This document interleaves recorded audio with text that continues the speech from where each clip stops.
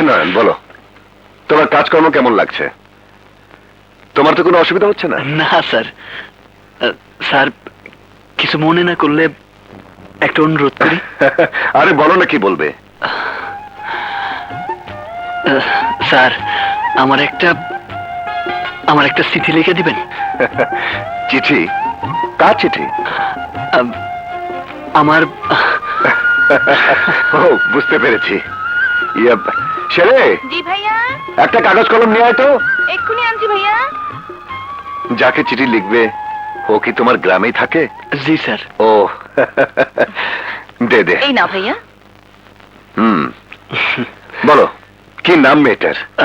Sir, ওর নাম হইল মানে আরে লজ্জার কি আছে, নামটা বলো। মানে ওর নাম হইল স্যার। এক মিনিট। হ্যালো, হ্যাঁ বলছি, ইমার্জেন্সি হেড অফিস থেকে? ওকে, আমি এক্ষুনি আসছি। সেরে, আমি একটু অফিসে যাচ্ছি, তুই নয়নের চিঠিটা লিখে দে। আসি নয়ন, ও লিখে দিবে। এবার বলো, কাকে লিখবো, কি লিখবো? লেখেন, প্রিয় ফুল। আপামনি, লেখেন। প্রিয় ফুল। আমার ভালোবাসা নিস, জানি না তুই কেমন আছোস, আমি ভালো আছি। এই বাসার শেলিয়াপা, ভাবি, রাজু স্যার সবাই আমারে অনেক আদর করে। ফুল, তুই আমারে আর যাই ভাবস, খুনি ভাবতে পারস না, এটা আমার বিশ্বাস। আর আমি জানি আইজও তুই আমার পশ্চায় বসে আসস, আর আমিও জেল থেকে বাইর হইয়া তোরে দেখতে পাবো বলে বাইসে আছি। আচ্ছা, তোমার আর কতদিন সাজা বাকি আছে? যে আরো 5 বছর। 5 বছর? জি। তাহলে তুমি কি মনে করো এই 5টি বছর সেই মেয়ে তোমার জন্য অপেক্ষা করবে? আপনি জানেন না আপামনি, ফুল আমার জন্য 5 বছর কেন, 5 জন্ম অপেক্ষা করে কাটাই দিব।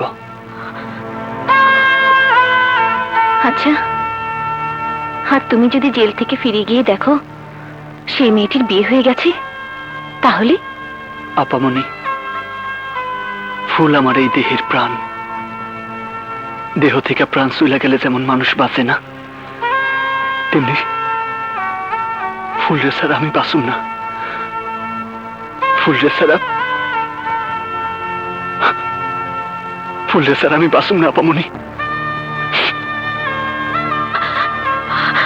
শোনো, সে যদি তোমাকে ভুলে গিয়ে সুখী হতে পারে, তাহলে তুমি কেন তার জন্য মিছি মিছি তোমার জীবনটা নষ্ট করবে? আপামনি, আপনি বোধহয় থাক, আপনি লেখেন। নয়ন, আমাকে তুমি ক্ষমা করে দিও, তুমি আমাকে ক্ষমা করে দিও। এই যন্ত্রণা যে আমি সইতে পারছি না নয়ন, সইতে পারছি না। ভাবি, ভাবি, এই যে ভাবি, এই খামটাতে আমাদের নতুন কয়েদির চিঠি, তোমার কাছে রাখো, রতন এলে বলবে পোস্ট করে দিতে। আমি গোসল করতে যাচ্ছি। আচ্ছা।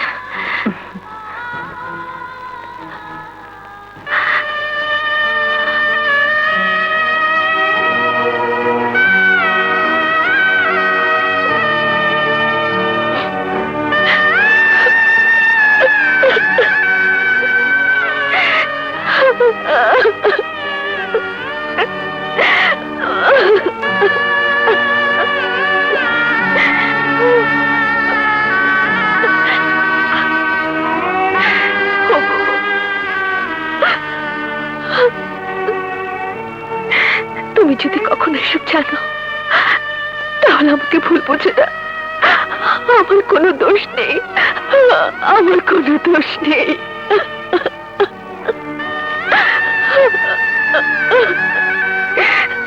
আমি জানতাম নয়ন বেঁচে নেই। আমার বাবা আমাকে মিথ্যে সংবাদ দিয়েছিল। হ্যাঁ, মিথ্যে সংবাদ দিয়েছিল, আমাকে মিথ্যে সংবাদ দিয়েছিল। আমাকে তুমি ক্ষমা করে দিও, আমাকে তুমি ক্ষমা করে দিও।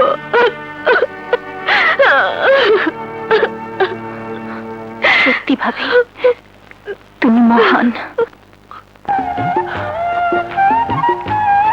কাইলি ফুল আমার চিঠি পাইব। আমি জানি আমার চিঠি পাওয়ার পর ফুল আমারে দেখতে সুইটা চইলাইব। কতদিন পর ফুল রে দেখবো, আমার যে কি আনন্দ লাগতেছে। কিরে নয়ন, আজ তোরে খুশি খুশি লাগতেছে, ব্যাপারটা কি? ব্যাপার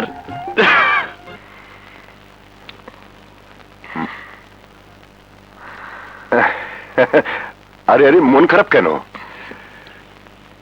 তুমি কোনো চিন্তা করো না ফুল। অফিসের কাজে দুদিনের জন্য শহরে যাচ্ছি।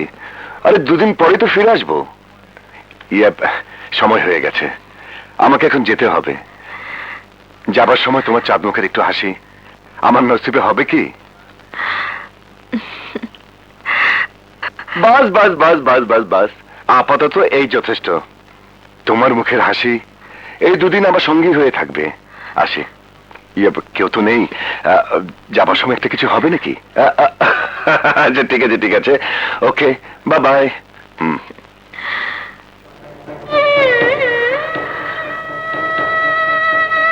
ও আজ বাইরে যাচ্ছে। আজ আমি শিমুলতলির ফুল হয়ে নয়নের সামনে যাব, তাকে সব খুলে বলবো। বলবো আমাকে যেন ভুলে যায়। নয়নের শুনতে যতই কষ্ট হোক, আমাকে বলতেই হবে, আমাকে বলতেই হবে।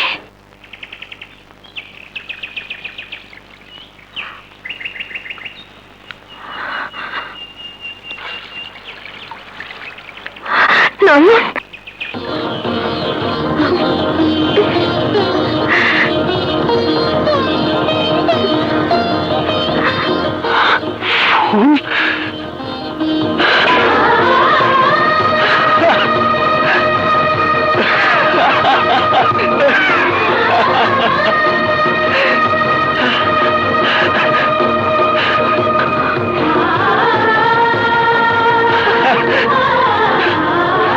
ফুল,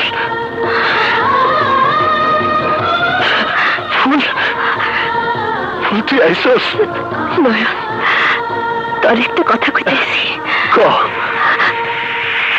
কইছিলাম আমার চিঠি পাই সে সুইটা চলে ও আইছে। বাবা, খুব ভালো করেছে। তা আমার সামনে ঘুমটা কেন? ইয়ে, গ্রামের মাইয়া তো, তাই লজ্জা পাইতেছে স্যার। আরে গ্রামের মেয়ে হোক আর যেখানকার মেয়ে হোক, সে তোমার হবুবধূ। তাকে কিন্তু আমি একবার দেখবো। আচ্ছা স্যার। ইয়ে ভাইয়া, ভাবি উনাকে উপরে নিয়ে যেতে বলেছেন। ও তাই? কি খুব খুশি খুশি লাগছে? জি স্যার। দাঁড়াও, আমি কি দেখছি তোমার হবুবধূর আদর যত্ন আমার বউ ঠিক মতো করছে কিনা। ওকে।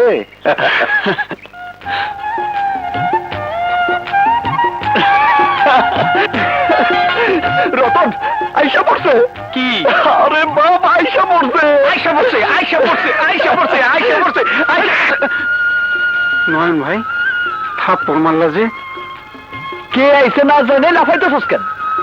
ও তাই তো, কে জানি আইছে? আমার ফুল, যারে ভাবতে ভাবতে আমি বছরের পর বছর কাটাই দিতেছি, আজ আজ তার সাথে আমার দেখা হয়েছে।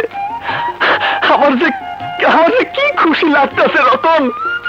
নয়ন ভাই, তোমার সাথে এতগুলা দিন কাটাইতেছি, কোনদিন তোমার এত খুশি দেখি নাই।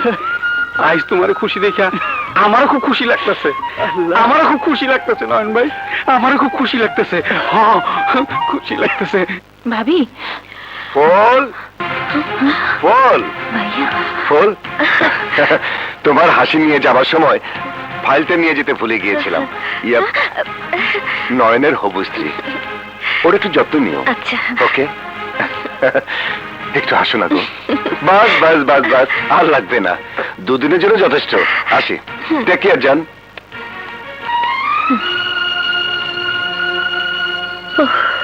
শেলি, বলো কেন তুমি আমাদের শেষ বোঝাপড়া হতে দিলে না? বলো। ভাবি, আমি তোমাকে কাছ থেকে দেখেছি, তোমাকে জেনেছি। তুমি মন প্রাণ সব উজাড় করে স্বামীর সেবায় জীবনের বাকি দিনগুলো কাটাতে চাচ্ছ। আমি মেয়ে, আমারও স্বামী ছিল। দুনিয়ার সমস্ত মেয়ে চায় একটা ফুটন্ত ফুল হয়ে সেই ফুলের সুবাসে স্বামীর সংসারটাকে সুন্দর একটা বাগান বানিয়ে রাখতে, কিন্তু আমি তা পারিনি ভাবি, আমি তা পারিনি। আর তোমাদের সুখের সংসারে যাতে কোনো অশান্তি না হয়, তাই আমি শেষ বোঝাপড়াটা করতে দেইনি ভাবি। আমার বিয়ের পর আমরা যখন হানিমুনে, হ্যাঁ, ওই যে দেখো কি সুন্দর পাখি। ও মা, মালখা, এই যাও। ওই যে দেখেন আসল মুরগি আইতাছে।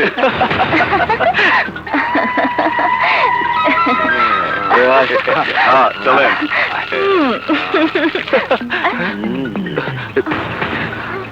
এত সুন্দর ফুলের গন্ধ তুমি একা একা নিবা, তা তো হয় না বন্ধু। আমগরে একটু দাও।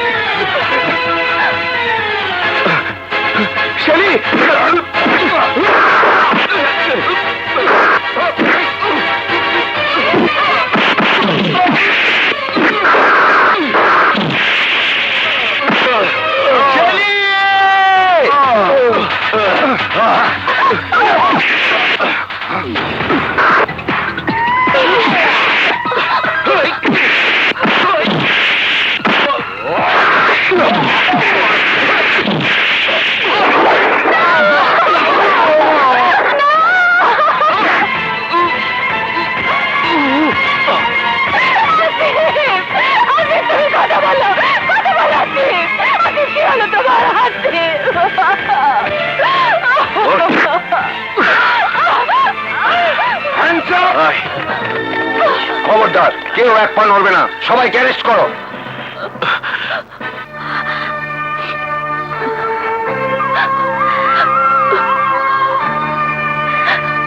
ভাগ্যের লিখন কেউ খণ্ডাতে পারে না। আমার একটা অনুরোধ রাখবি বোন, তোমার এই সুন্দর জীবনটাকে আবার রঙিন স্বপ্ন দিয়ে রাঙানোর চেষ্টা করো। তুমি আবার বিয়ে করো। না ভাবি, না, তা হয় না, কখনো হতে পারে না। তুমি আর কোনোদিন আমাকে এই কথা বলবে না, কোনোদিন না। আচ্ছা, যে শয়তান তোমার এত বড় সর্বনাশ করেছে, তার কোনো সাজা হয়নি? হয়েছে ভাবি, হয়েছে। এখন সে এই জেলেই আছে।